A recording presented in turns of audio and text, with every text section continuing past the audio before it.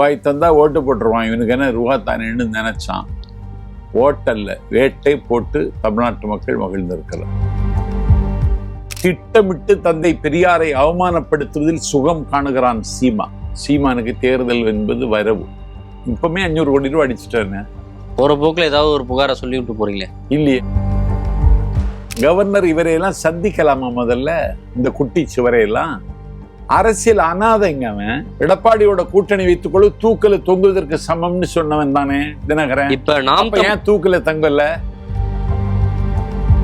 அத வைகோ அதுல வச்சு அதுல ஒரு அரசியல் ஆதாயம் தேடலாமான்னு பாக்குறாரு.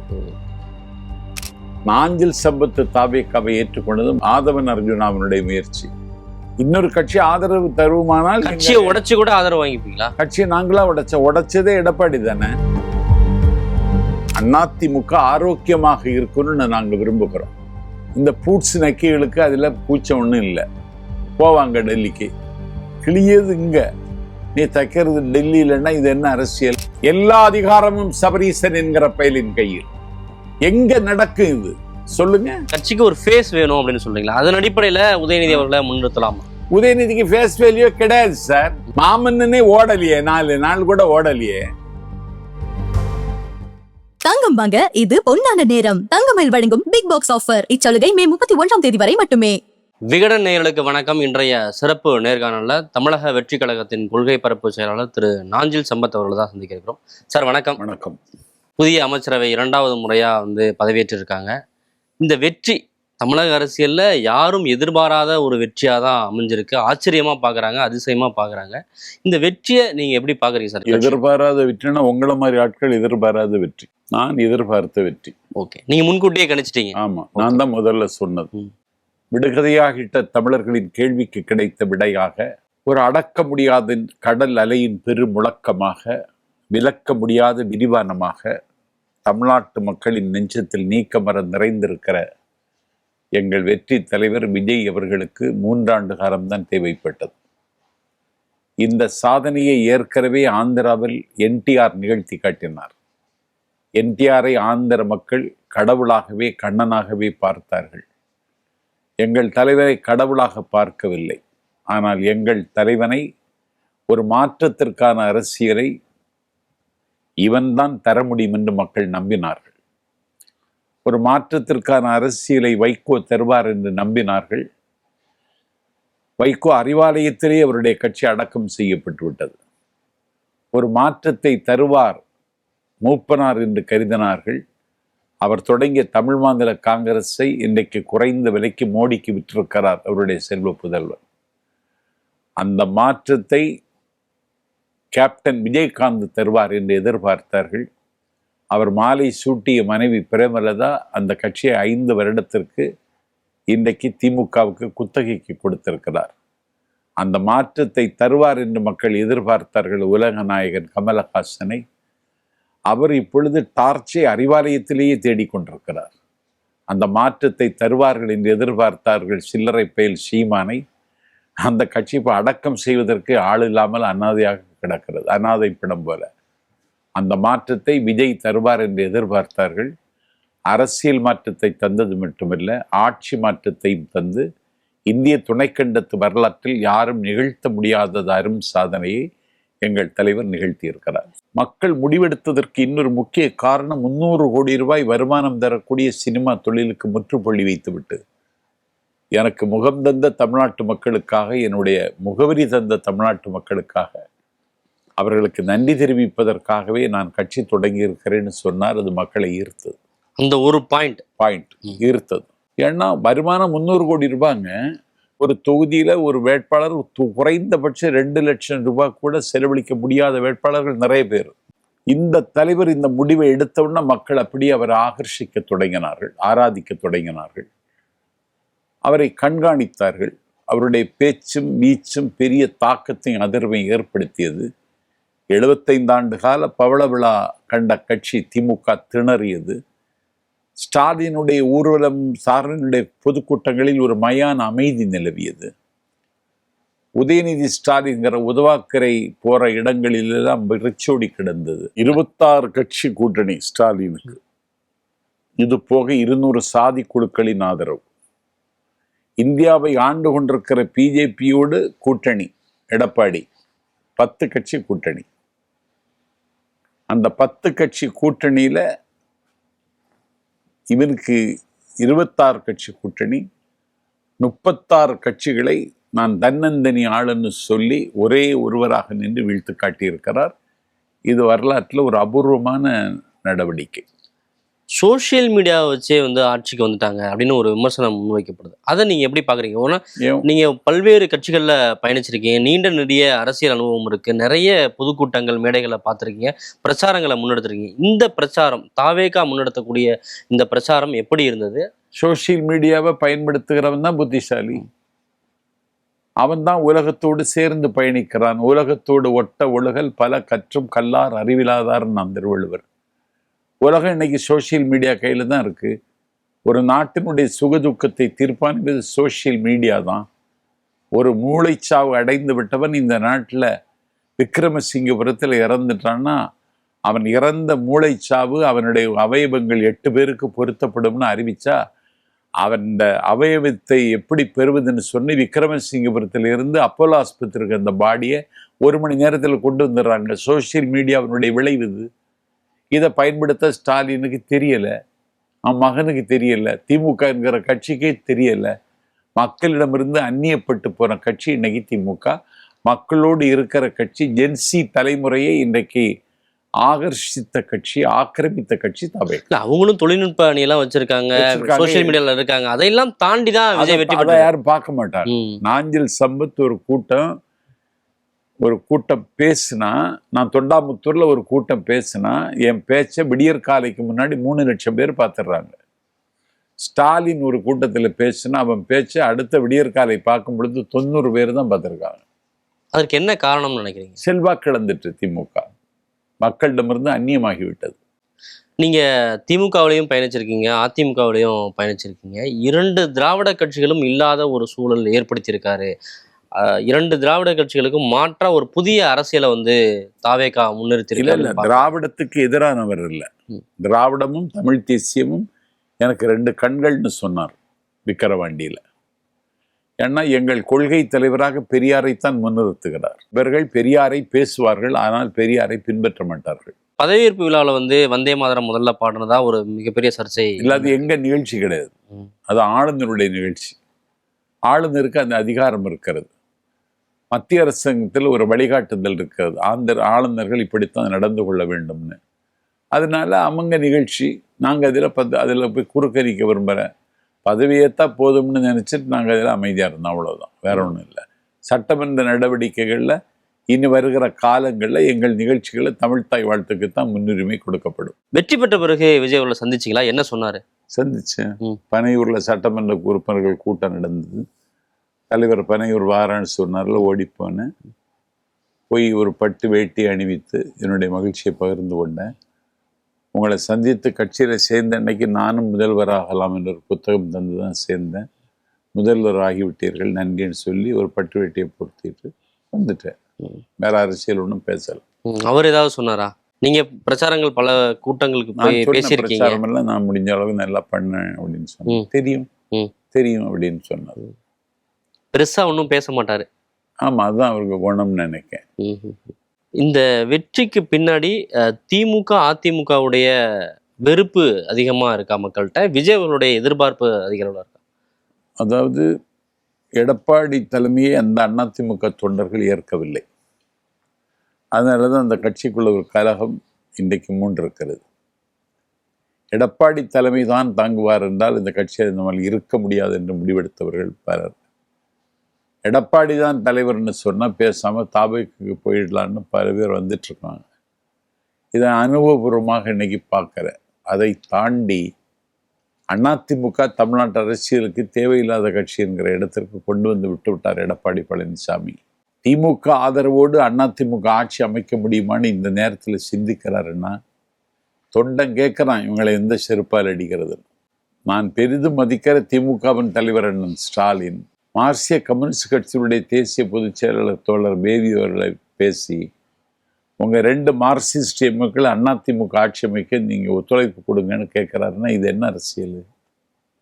ஈனத்தனமான அரசியலா, இழிவான அரசியலா, மலினமான அரசியலா, மட்டமான அரசியலாங்கிறத நீங்களே தீர்மானிங்க.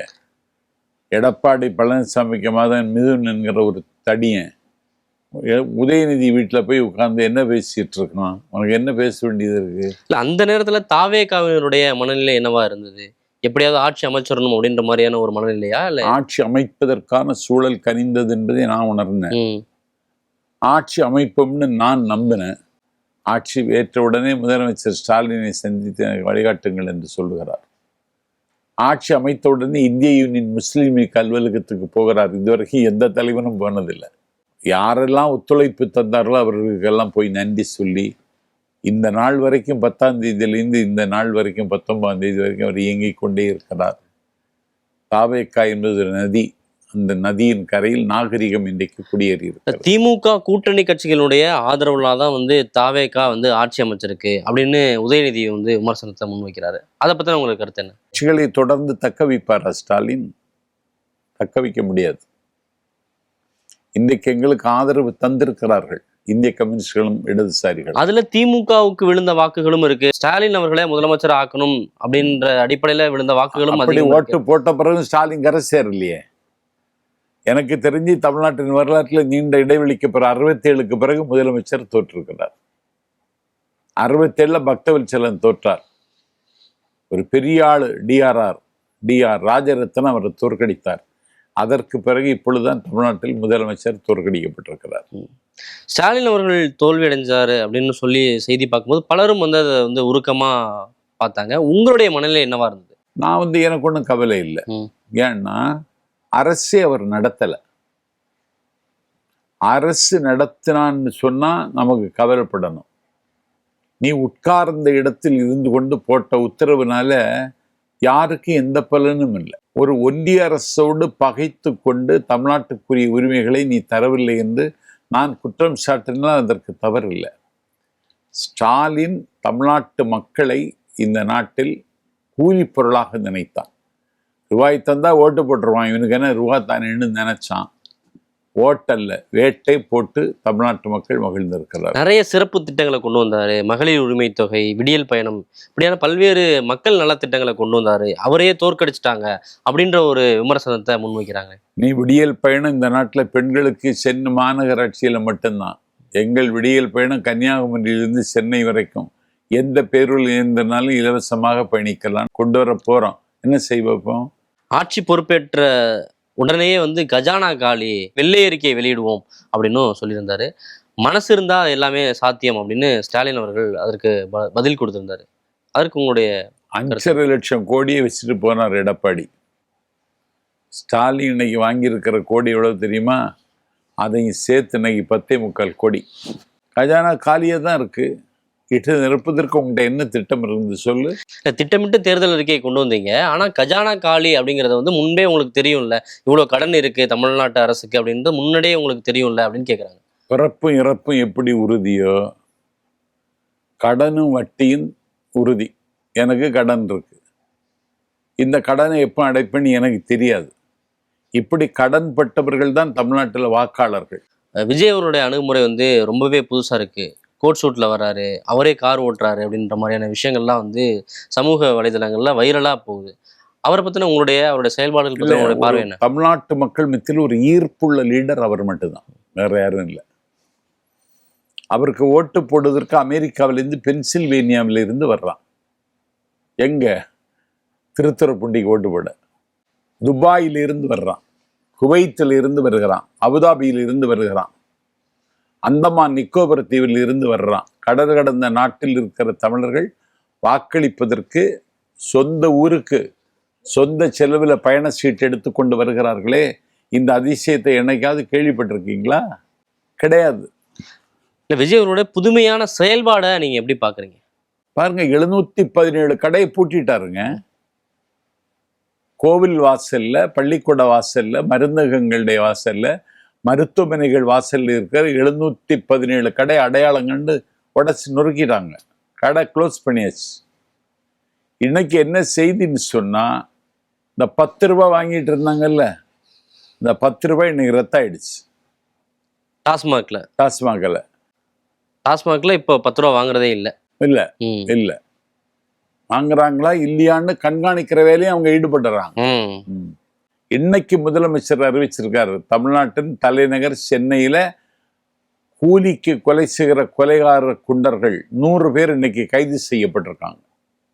பிரச்சாரத்துக்கு போகும்போது ஒயிட் ஷர்ட்டு காக்கி பேண்ட்ல போறாரு. இப்ப வந்து பிளாக் அண்ட் ஒயிட் கோட்ல வந்து வர்றாரு.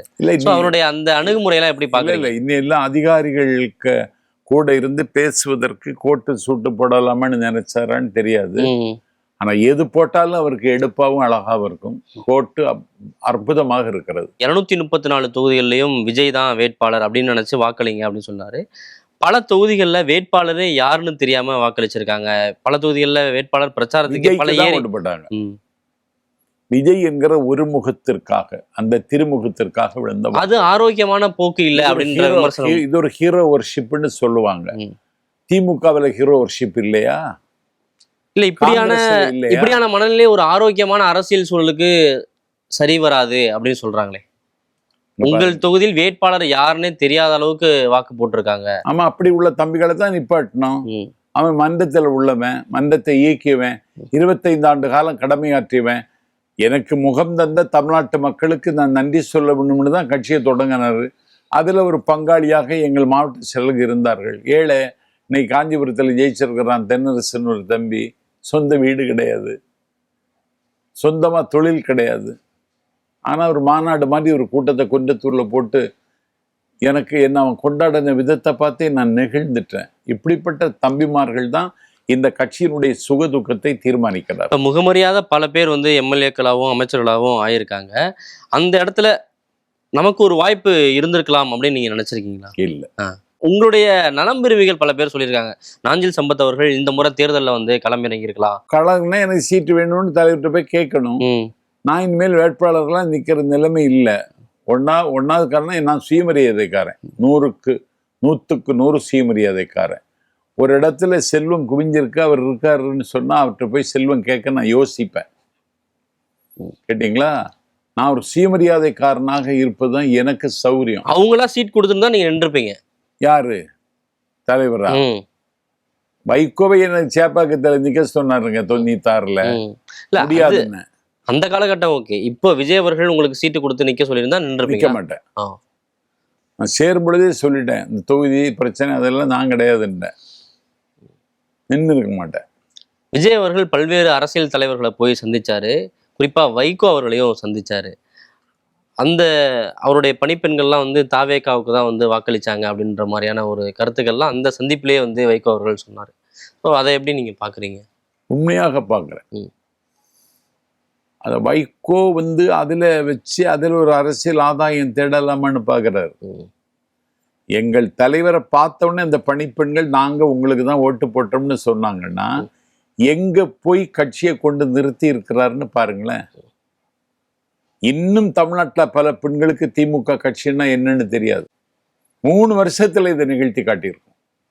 இப்படி விஜய் அவர்களுக்கு பல்வேறு பாசிட்டிவான விஷயங்கள் இருக்கு. ஆனா அதிமுகவோட ஒரு குழுவை உடைச்சு தாவேகாவுக்கு ஆதரவு தெரிவிக்க வைக்கிறாரு, குதிரை பேர அரசியலை முன்னெடுக்கிறாரு அப்படின்ற விமர்சனங்களையும் தவிர்க்க முடியல. இருந்து ஆளை எடுத்து தாவேகா இன்னொரு கட்சியிலிருந்து ஆள் எடுக்கிற நிலைமையில தான் நாங்க இருந்தோம்.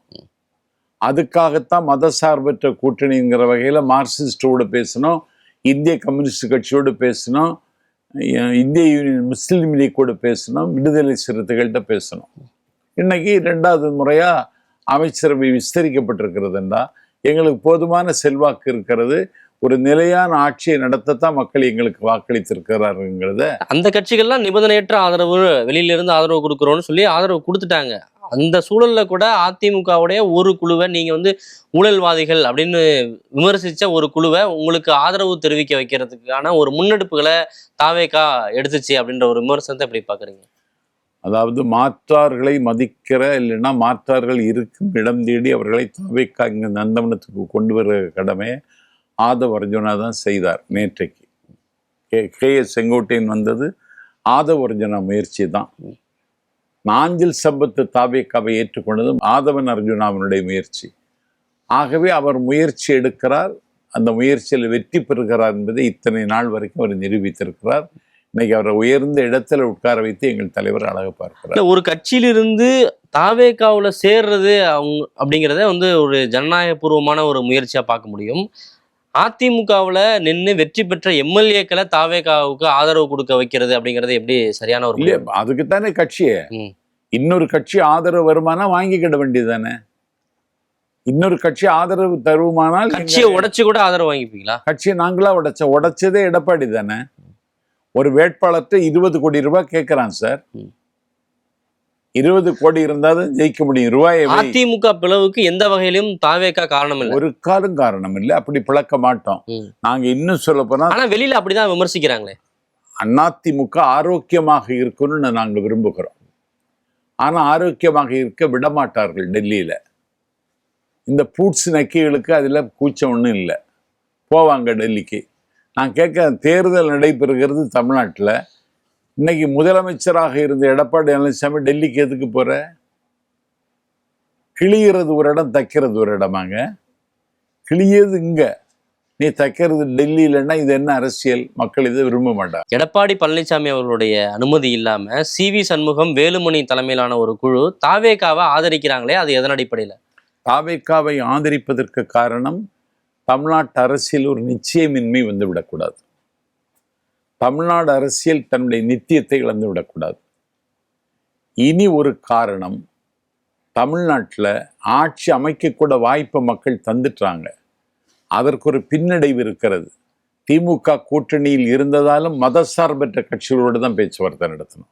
நீங்க இதுல ஒன்ன புரிஞ்சுக்கிட்ட, மதசார்பற்ற கட்சிகளோட பேச்சுவார்த்தை நடத்துனீங்க, அவங்களும் ஆதரவு கொடுத்துட்டாங்க. அப்படி இருக்கையில அதிமுகவுடைய ஒரு குழுவினுடைய ஆதரவு ஏன் தேவை அப்படின்ற ஒரு கேள்வி இருந்தது. இல்ல, பழைய ஆட்களை மீண்டும் கட்சியில சேர்க்க போறோம்னு பல பேர் சொல்றீங்க. அப்படியெல்லாம் கிடையாது. அவர்கள் எங்களுக்கு மீண்டும் ஆதரவு தருவார்கள். தமிழ்நாட்டு அரசியல்ல தடித்த தோலுடைய எடப்பாடி பழனிசாமிக்கு ஒரு இன்ச்சு இடம் கூட இல்லைங்கிறத நிரூபிப்பாங்க அவங்க. அவங்களுக்கு நான் ஒரு மாரல் சப்போர்ட்டா இருக்கமே தவிர நேரடியாக ஒன்றும் எந்த நடவடிக்கையிலையும் நாங்கள் பங்கெடுக்கல. அமைச்சர் பதவிக்கு ஆசைப்பட்டு தான் தாவேகாவுக்கு CV சண்முகம், வேலுமணி குழுவினர் ஆதரவு கொடுக்குறாங்க அப்படின்ற ஒரு விமர்சனத்துக்கு உங்களுடைய ஆசைப்பட்டது தப்பா? உள்ளுவதெல்லாம் உயர்வுள்ள பெருசா நினைக்கணும். இன்னைக்கு காங்கிரஸ் கட்சியில் ஒரு எம்எல்ஏக்கு பதவி கிடைச்சிருச்சு, இன்னொரு எம்எல்ஏக்கு உயர் கல்வித்துறை அமைச்சர் பதவி தலைவர் கொடுத்திருக்கிறாரு விஜய். யாருக்கு இந்த மனசு வரும்? கூட்டாட்சி தத்துவமே கேள்விக்குறி. அதிகாரத்திலும் ஆட்சியிலும் பங்கென்று அறிவித்ததனுடைய விளைவு இன்னைக்கு தமிழ்நாட்டில் விஜய் முதலமைச்சர். அதான் உண்மை. ஒரு பக்கம் அதிமுக 2 பிரிவுகளா பிரிஞ்சிருக்காங்க, இன்னொரு பக்கம் திமுகவோட அரசியலை விஜய் அவர்கள் முன்னெடுக்கிறாரு. திமுக என்னென்னலாம் பண்ணுச்சோ அதை விஜய் அவர்கள் பண்றாரு. அப்படியான சூழல்ல தமிழக அரசியல் களம் எப்படி இருக்கும்? ஏன்னா 2 கட்சிகள்லையும் நீங்க பயணிச்சிருக்கீங்க. திராவிட கட்சிகள், அதாவது திமுக, அதிமுகவுக்கான இடம் தமிழகத்துல எந்த அளவுக்கு இருக்கும்? நான் தாவேகாவை திமுகவை நீட்சியாக பார்க்கிறேன்னு தாவேகா தொடங்கி அன்றைக்கு சன்னீஸ் குணசேகரனுக்கு பதில் சொன்னேன். திட்டமிட்டு தந்தை பெரியாரை அவமானப்படுத்துவதில் சுகம் காணுகிறான் சீமா. இது RSS கைக்கூலியாக அவர் இயங்குகிறார். தமிழ் தேசியம் பேசி ஏய்க்கிறார் நாட்டு மக்களேன்னு நான் சொன்னேன். இன்னைக்கு பெரியாரினுடைய உடல்ல காவி வண்ணம் பூசி பெரியாருக்கு கையில நீ காவி கொடியை கொடுக்கிற நாட்டுல பெரியாரே என் கொள்கை தலைவர்னு விஜய் சொன்னாருன்னா விஜயின் உயரம் இப்போது புரிகிறதா? அறிவாலயத்துல பெரியாருக்கு சிலை உண்டா? நாங்க பெரியாருக்கு அஞ்சலி செலுத்தி விட்டு தான் நாங்க மேடையில பேசுவதுக்கே போவோம். கொள்கை தலைவனாக பெரியாரை ஏற்றுக்கொண்டார் எங்கள் தலைவர். அண்ணாவை வழிகாட்டியாக ஏற்றுக்கொண்டார். அண்ணா 67 ஆட்சிக்கு வந்த பிறகு தேர்தல் களத்தில் திமுகவையும் அண்ணாவையும் கடுமையாக கொச்சை மொழியில் பேசினார் பெரியார். ஆட்சிக்கு வந்த அண்ணா முடிசூட்டிய உடனே பெரியார் எங்கேன்னு கேட்டார். பெரியார் திருச்சி மாளிகையில் இருக்கிறார் என்று சொன்னோன்னே முதல் மாலையை பெரியாருக்கு கொண்டு போட்டு இந்த ஆட்சி உங்களுக்கு காணிக்கைனார். பெரியார் சொன்னார், ஒரு மணப்பெண்ணை போல நான் நாணி போனேன் என்று. அந்த பெரியார் அண்ணா முன்மொழிந்த அரசியலை எங்கள் தலைவர் தமிழ்நாட்டில் வழிமொழிகிறார். பகைப்புலத்தில் நின்ற ஸ்டாலினை சித்தரஞ்சாஸ் வீட்டில் போய் பார்க்கிறார். பெரியார் திடலுக்கும் போகிறார் என்றால் இப்போதுதான் தமிழ்நாட்டு அரசியலில் நாகரிகம் நாற்காலி போட்டு அமர்ந்திருக்கிறது. திமுக தோல்விக்கு இதுதான் காரணம்னு ஒவ்வொரு காரணங்களை பட்டியலிடுறாங்க. நீங்க அதுல பயணிச்சீங்க அப்படிங்கிற அடிப்படையில் திமுக தோல்விக்கு என்ன காரணம் நீங்க நினைக்கிறீங்க? குடும்பம் தான் காரணம். சபரீசன் என்ற ஒரு பயனுடைய ஊடுருவல், அத்துமீறல், ஆக்கிரமிப்பு. எந்த மந்திரிக்கும் அதிகாரம் கிடையாது. எல்லா அதிகாரமும் சபரீசன் என்கிற பயலின் கையில். எங்க நடக்கும் இது சொல்லுங்க? பெண் குரூப் ஒரு குரூப்பை வச்சு வேட்பாளர்களை தேர்வு செய்தது சபரீசன். வேட்பாளர்களுக்கு கோடி கோடியாக வாரி இறைத்தது சபரீசன். அதை தாண்டி அமைச்சர்களை தன்னுடைய கட்டுப்பாட்டிலும் கட்கத்தில் வைத்திருந்தான் சபரீசன். இன்னைக்கு எதிர்கட்சி தலைவராக உதயநிதியை முடிசூட்டி இருக்கிறார்கள். நாஞ்சில் சம்பத் கேட்கிறேன், 1986 ஆத்தூர் யூனியன் சேர்மன் ஐ பெரியசாமி. அன்றிலிருந்து இன்று வரை அவர் சட்டமன்ற உறுப்பினர். அது அவருக்கு கொடுக்க கூடாதா? முதன்மை செயலாளர் என்ன நேருவுக்கு கொடுக்க கூடாதா? தொடர்ந்து ஒட்டஞ்சத்திரத்தில் வாகைப்பூ சூடி வருகிறார், சரித்திரம் படைக்கிறார் சக்கரபாணி. அவருக்கு கொடுக்க கூடாதா? ஓ மகனுக்கு ஏன் கொடுக்கிற? எதிர்கட்சி தலைவருக்குரிய கடமையை செய்வதற்கு இவருக்கு அறிவு இருக்கிறதா? இல்லையே. நீங்க தான் சொல்றீங்களா ஒரு கட்சிக்கு ஒரு ஃபேஸ் வேணும் அப்படின்னு சொல்றீங்களா? அதன் அடிப்படையில உதயநிதி அவர்களை முன்னிறுத்தலாமா? உதயநிதிக்கு ஃபேஸ் வேல்யூ கிடையாது சார். மாமன்னனே ஓடலையே, 4 நாள் கூட ஓடலையே. ஃபேஸ் வேல்யூ எல்லாம் உதயநிதிக்கு கிடையாது. உதயநிதி சிந்தாதிரி பேட்டையில் பேசுகிறார்னு போர்டு வைங்க, 500 பேர் கூட வரமாட்டான். தாவேக ஆட்சிக்கு வந்த பிறகு நிறைய ஃபேக் நெரேட்டிவ்ஸ் வருது சோசியல் மீடியாவில். அது யார் பரப்புறாங்க அப்படின்லாம் சொல்லலை, நிறைய ஃபேக் நெரேட்டிவ்ஸ் வருது அப்படின்ற ஒரு விமர்சனம் முன்வைக்கப்படுது சார் சோசியல் மீடியாவில். அதாவது விஜய் தலைமைச் செயலகத்தில் டிஃபன் பாக்ஸ்ல சாப்பிட்டாரு அப்படின்னு ஒரு இமேஜில் கிரியேட் பண்றாங்க. டிஃபன் பாக்ஸோட வந்தாரு. நன்றாக படிக்கிற மாணவன் ஒரு பள்ளிக்கு வருவதை போல வந்தாரு. ஓகே, இல்ல நன்றாக படிக்கிற மாணவன் ஒரு பள்ளிக்கு வருவதை போல இன்றைக்கு தலைமை செயலகத்திற்கு டிஃபன் பாக்ஸோட வர்றாரு. இதை பேசத்தான் செய்வாங்க. டேபிள்ல டிஃபன் பாக்ஸை வச்சு சாப்பிட்டாரு அப்படின்னு சொல்லி ஒரு இமேஜ் கிரியேட் பண்ணி பரப்புறாங்க. நான் என்ன சொல்றேன், இதுதான் இந்த மண்ணினுடைய பண்பாடு. கண்ணன் இந்த நாட்டில் வாயை திறந்தான், அதிலே அண்டங்கள் தெரிந்ததுன்னு கதை சொன்னாங்க. கண்ணனை உரல்ல கட்டி போட்டா யசோதைன்னு சொன்னாங்க. கண்ணன் உரியில இருக்கிற வெண்ணெயை திருடுனான்னு சொன்னாங்க. இதெல்லாம் தமிழ்நாட்டு மக்கள் கேட்கலையா? இதுதாங்க தமிழ்நாடு. விஜய் அவர்களுடைய செயல்பாட்டில் உங்களுக்கு பிடிச்ச விஷயம், அவருடைய செயல்பாட்டில் உங்களுக்கு பிடிச்ச விஷயம்னா என்ன? 717 கடை ஒரே உத்தரவில் மூடினாருங்க. வழிபாட்டு தலங்கள், பள்ளிகள், மருத்துவமனைகள் இருக்கிற இடத்துல மதுக்கடைகள் இருக்கக்கூடாது. போதையற்ற தமிழகம் என்ற அவருடைய கனவை நோக்கி இன்னைக்கு அவர் பயணிக்கிறார். பாலியல் அத்துமீறல், பாலியல் சீண்டல், பாலியல் வன்கொடுமை, பாலியல் கொலை, இதுக்கெல்லாம் முடிவு கட்டுவதற்கு ஒரு சிங்கப்படையை நிறுவுவேன் என்று சொல்லி நேற்றைக்கு பவானி காளீஸ்வரி இன்னைக்கு அதுக்கு டிஜிபியாக நியமிச்சிட்டார். எந்த விவசாயியும் வண்டல் மண்களை இலவசமாக எடுக்கலான்னு இன்னைக்கு உத்தரவு போட்டிருக்கார். என்னுடைய பயணத்தில், என்னுடைய கான்வாயில் எதிரில் வாகனங்கள் வரக்கூடாதுன்னு யார்ட்டையும் சொல்லாதீங்க, நம்ம ஓரமாக ஒதுங்கி போகலாம், எல்லாரும் வரலான்னு இன்னைக்கு சொல்லியிருக்கிறார். ஆல் ஆர் ஈக்குவல் என்பதை இன்னைக்கு அவர் நிரூபிச்சிட்டு இருக்காரு. அதிகாரிகள் தூக்கம் இல்லாமல் தவிக்கிறாங்க. அப்படி எங்கள் தலைவர் வேகமாக இன்னைக்கு இயங்குகிறார். தலைமைச் செயலகத்தில் வச்சு அதிகாரி முதலமைச்சர் கூட டிஸ்கஷன்ல இருக்கும் போதே செல்ஃபி வீடியோ வெளியாகுது, அதெல்லாம் விமர்சிக்கிறாங்க. இது ரீல்ஸ் ஆட்சி அப்படின்னு சொல்லி திமுக தலைவர் ஸ்டாலின் அவர்கள் விமர்சிக்கிறாரு. ரீல்ஸ் அவர் இல்லைங்க பண்ணாரு. வாக்கிங் போறது யார் பண்ணா? வாக்கிங் பொழுது உங்க கனவு என்னன்னு கேட்டது யாரு? டீ குடிச்சது யாரு? நரிக்குற வீட்டில் போய் சாப்பிட்டது யாரு? இதுக்கு பேர் ரீல் இல்லையா? நீங்களும் ரீல் ஆட்சி தான் நடத்துனீங்க, நாங்கள் ரியல் ஆட்சியை நடத்துறோம். தாவேக அரசுக்கு இருக்கக்கூடிய சவால்களா என்னென்ன விஷயங்களை நீங்க பார்க்க? நிதி பற்றாக்குறை மட்டும்தான். இந்த ஆட்சி விரைவில் கவிழ்ந்துரும் அப்படின்ற விமர்சனங்களும். மனப்பால் குடிக்கிறாங்க. அப்படி அவங்க ஒரு கனவு கூட காணக்கூடாது. கனவு வந்தாலும் உடனே விழித்து விஜய் வாழ்கன்னு கை தட்டிட்டு மீண்டும் தூங்கிடணும். 25 வருஷம் அவர் தான். 25 வருடம், இன்னும் 25 வருஷம் அவர் தான். ஏன்னா நெக்ஸ்ட் ஜெனரேஷன் அவருக்கு ஓட்டு போட தயாராகிடுச்சு. இப்போதே முதல் தலைமுறை வாக்காளர்கள் அவருக்கு ஓட்டு போட்டோம்ல, அடுத்த தலைமுறை அவருக்கு தயாராயிடுச்சு. இன்னும் 25 வருஷம் அவர் தான். விஜய் எந்தெந்த விஷயங்கள்ல கவனம் செலுத்தணும் அப்படின்னு சொல்லி நீங்க நினைக்கிறீங்க? போதையில்லாத தமிழகம் முக்கியம், அது ஒண்ணு. வேலையில்லா திண்டாட்டத்துக்கு முடிவுக்கு கொண்டு வரணும்.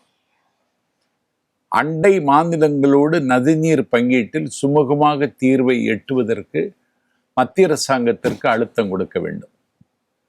4வது, எங்கள் எல்லையில் எங்கள் மீனவர்கள் மீன்பிடித்தால் சிங்கள பேரினவாத கடற்படை எங்கள் மீனவரை கைது செய்வதும் கராக்கரகத்தில் அடைக்கிற கொடுமைக்கு முடிவு கண்டாக வேண்டும்.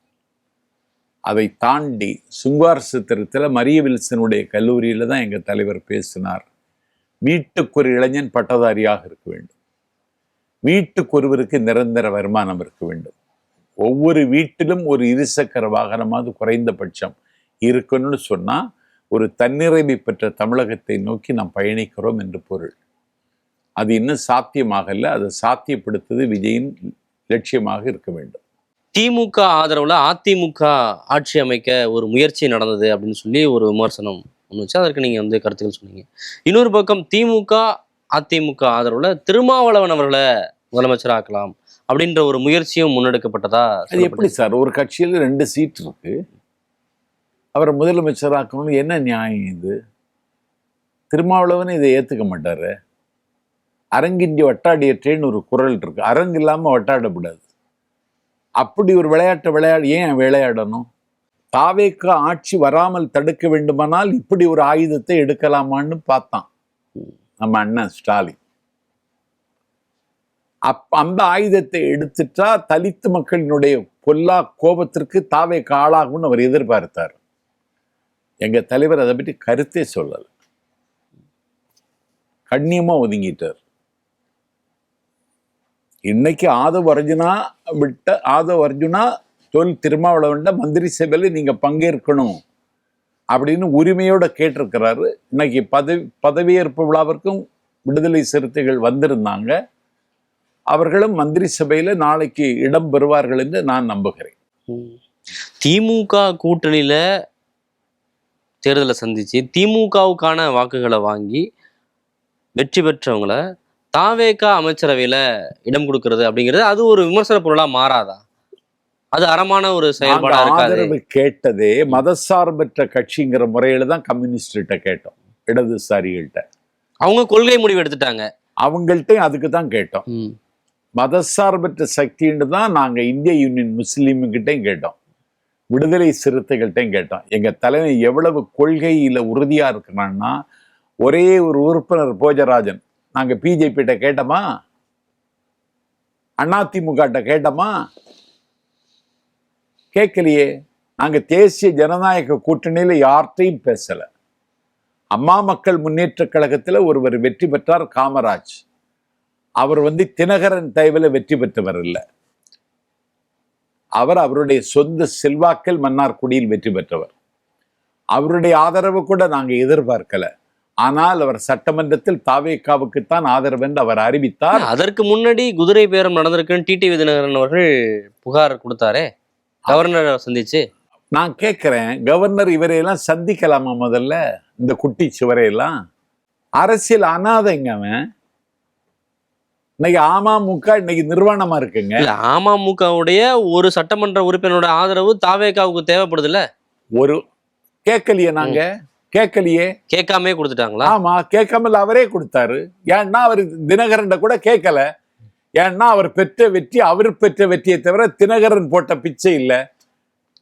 இது எப்படி சார்? அவருடைய கட்சியில தானே போட்டிட்டு இருக்காரு. அவருக்கு கட்சியில அவரை ஒரு நண்பனாக அவரை நினைத்தார். ஆனா ஒரு வேலைக்காரனை போல காமராஜர் நடத்தினார். அவர் புருஷவாங்க தினகரன், அழுக்கு பையன். அவருக்கான அங்கீகாரத்தை அவர் கொடுக்கல அப்படின்றீங்களா? அந்த கட்சியே முடிஞ்சு போச்சு. இப்பொழுது அவர் எங்க ஆளு காமராஜ். அமமுக கட்சி முடிஞ்சு போச்சு. தமிழ்நாட்டில் அடக்கமான கட்சிகள் அமமுக. சவக்குழிக்கு போன கட்சி தமிழ் மாநில காங்கிரஸ். தாவேகாவுக்கு எதிரான வாக்குகள் தானே காமராஜ் வாங்கியிருப்பாரு. திமுகவுக்கும் தாவேகாவுக்கும் எதிரான வாக்கு கிடையாது. எங்க வேட்பாளர் 52,000 ஓட்டு வாங்கி இருக்கிறார். நாங்கள் ஒரு புதிய சக்தி என்று மன்னார்குடி மக்கள் எங்களையும் அங்கீகரித்திருக்கிறார். அவ்வளவுதான்.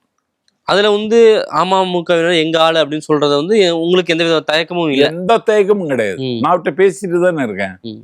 ம். அது வந்து ஒரு ஜனநாயக பூர்வமான ஒரு முடிவு தானே அது? ஆமா. ம். எதுக்கு அமமுகன்னு ஒரு கட்சி இருக்கணும்? எடப்பாடியோட கூட்டணி வைத்துக்கொள்ள தூக்கல தொங்குவதற்கு சமம்னு சொன்னவன் தானே தினகரன். இப்ப நாம் அப்ப ஏன் தூக்கல தங்கல? இல்ல அதிமுக திமுகவுடைய எதிர்காலமே என்ன அப்படின்னு ஒரு கேள்வி எழுந்திருக்கக்கூடிய சூழல்ல நாம் தமிழர், மதிமுக, தேமுதிக இது மாதிரியான கட்சிகளுடைய நிலையெல்லாம் என்னவா இருக்கும்? இன்னும் ஒரு 5 ஆண்டு காலம் தேமுதிக இருக்கும். நாம் தமிழர் கட்சி அடுத்த தேர்தல் வரைக்கும் தாக்கு பிடிக்காது. அவங்க ஒவ்வொரு தேர்தலையும் தனித்து போட்டிடுறாங்க. எதுக்கு போட்டிடுற கேக்குறேன், சொல்லு. எல்லாருக்கும் தேர்தல்ல செலவுங்க. சீமானுக்கு தேர்தல் என்பது வரவு. இப்பவுமே 500 கோடி ரூபாய் அடிச்சுட்டானே. போற போக்குல ஏதாவது ஒரு புகாரை சொல்லி விட்டு போறீங்களே? இல்லையே, 500 கோடி ரூபாய் அடிச்சுட்டான். அதற்கு என்ன ஆதாரம் இருக்கு உங்களுக்கு? ஒரு வேட்பாளரை கூப்பிட்டு கேளுங்க உங்ககிட்ட எவ்வளவு அதுங்க வாங்கினான்னு. அந்த வேட்பாளரை பயன்படுத்தி ஒரு தொகுதியில் இருக்கிற செல்வந்தர்கள்ட்ட நாங்க தனியா நிக்கிறோம், என் தம்பிக்கு என் பிள்ளைக்கு உதவுங்கன்னு கேட்டு ரூபாய் வாங்கி இவன் கொண்டு வந்துடுவான். குழி தோண்டி புதைக்கணும் நாம் தமிழர் கட்சியை. நாம் தமிழர் கட்சி தான் வந்து தாவேகாவை கடுமையா விமர்சிச்சாங்க. ஆமா, அவங்களுடைய வாக்குகள் வந்து 8% 4% குறைந்திருக்கு. ஆமா, 4 ஆச்சு. அதை பத்தின உங்களுடைய கருத்து என்ன? இப்ப 4 ஆச்சு இல்ல. ஒரு நாளை மறுநாள் அந்த கட்சியே இருக்காதுங்கிற செய்தி வரும். உங்களுடைய நேரத்துக்கு நன்றி. நிறைய விஷயங்களை பகிர்ந்தீங்க. பொறுத்திருந்து பார்க்கலாம் சார். நன்றி. உங்கள் அபிமான தங்கமயிலில் களை கட்டும் பிக் பாக்ஸ் பிக் சேவிங்ஸ் கொண்டாட்டம். தங்கமான ஆஃபரை தேர்வு செய்ய பொன்னான நேரம் இது. இன்றே உங்கள் அருகாமையில் உள்ள தங்கமயில் ஷோரூமிற்கு விரைந்திடுங்கள். இச்சலுகை மே 31ஆம் தேதி வரை மட்டுமே. தங்கம் வாங்க தங்கமயிலுக்கு வாங்க.